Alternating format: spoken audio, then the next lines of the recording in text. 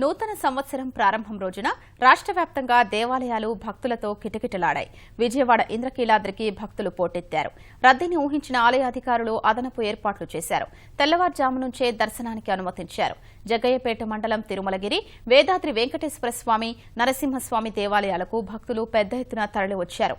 కొత్త సంవత్సరాత్రి రోజున విశాఖలోని సింహాచలం, కనక మహాలక్ష్మి, సంపత్ వినాయక మందిరాలు భక్తులతో నిండిపోయాయి. చిత్తూరు జిల్లా శ్రీకాళహస్తి గుడికి భక్తులు వెల్లువెత్తారు.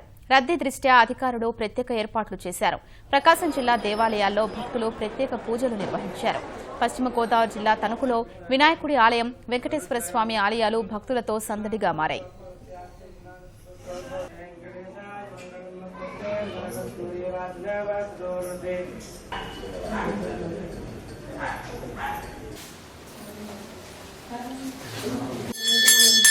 Ada